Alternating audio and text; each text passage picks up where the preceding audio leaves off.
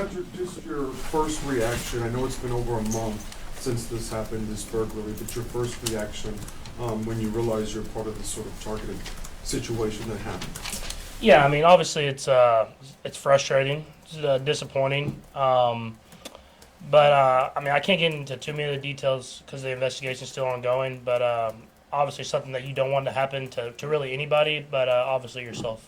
Can you say if we know this happened midnight on a Sunday morning before that Monday Night Football game? Were you or your family?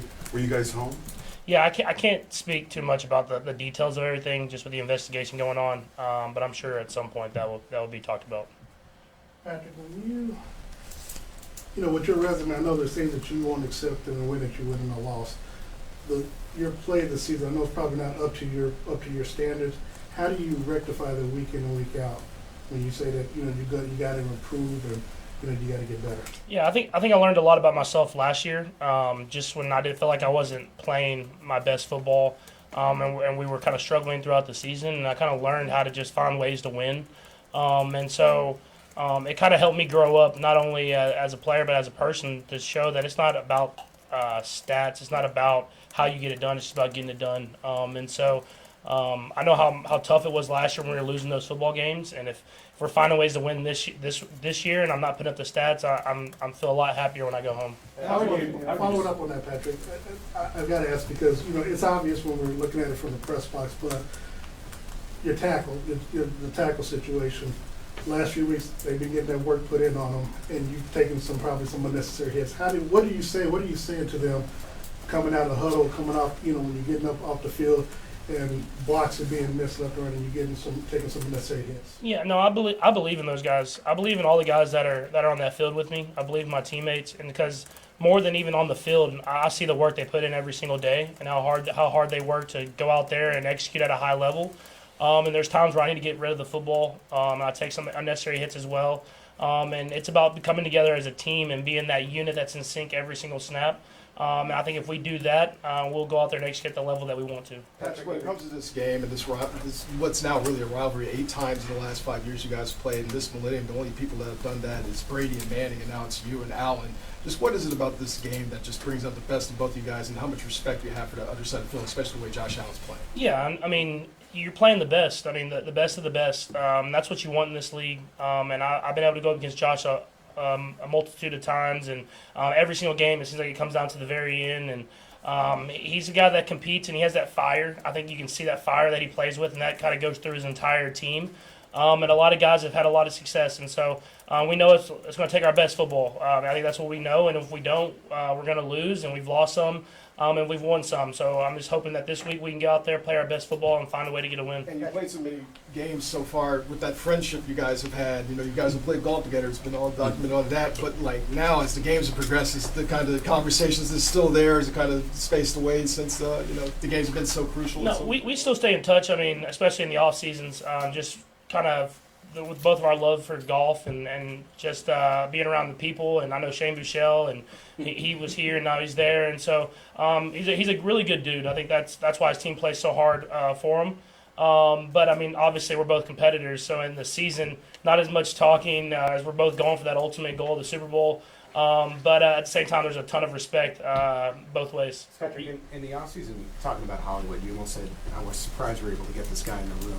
Now a few weeks with DeAndre, is there a similar feeling that, like, you're surprised that this guy was available for you guys? Yeah, for sure. I mean, because, I watched some Tennessee's tape, but at the same time, not having him here, you didn't know what to expect as far as the player on and off the field. And he gets in the room, and he's a leader from day one. He's teaching younger guys. He's helping younger guys in the room about stuff that he's learned.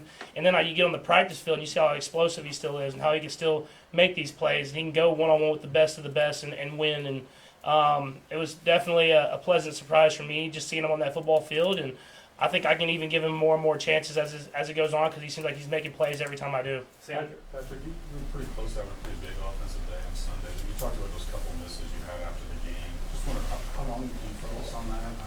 Does it get extra focus as you watch film? What's kind of your process as you go through those aspects? Yeah, I mean, I just got to go back to the fundamentals and trying to make those throws. I mean, you can only do so much as far as when you miss stuff, but you go back and learn from it as best as you can. You get back to your fundamentals, and There was a couple of these last few weeks I've missed Xavier on some of those deep shots, and I feel like if I hit those shots, the offense looks completely different. Not only for those numbers and those stats, but it opens up everything else for everybody else. And so just trying to get back to that. He's getting open every single game, hitting those throws whenever I can, and it'll take pressure off the rest of the offense as well. What did you see just for his ability to, like, what stood out about him getting open on that play? Yeah, I think you can see how much he learned from week to week. I mean, the week before he got open and kind of faded a little bit, caught the ball, and ended up being out of bounds. Whereas you saw on that double move, he kind of stacked the guy, we say, got back on the red line, gave me room to throw, and then I threw the ball out of bounds. And so you see those steady progressions each and every week.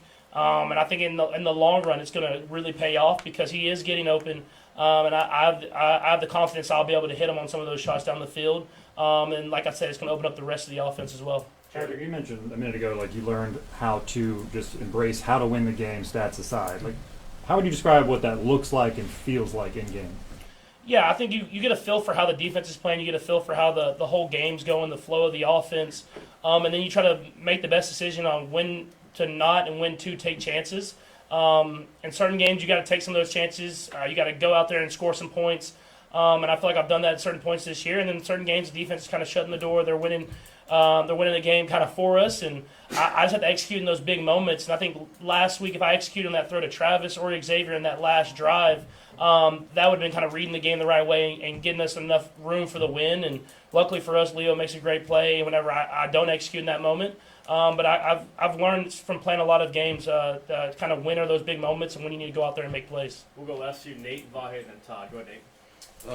Patrick, similar to you is someone like Chris on the defense. You know, his stats may not reflect the sort of play that he's having, but what have you sort of appreciated or noticed from what he's done this season, kind of in a similar vein from a leadership standpoint on the defensive side? Yeah, first off, like you said, leadership. I mean, he comes to work every single day. He gets after it. He's practicing hard. He's showing that.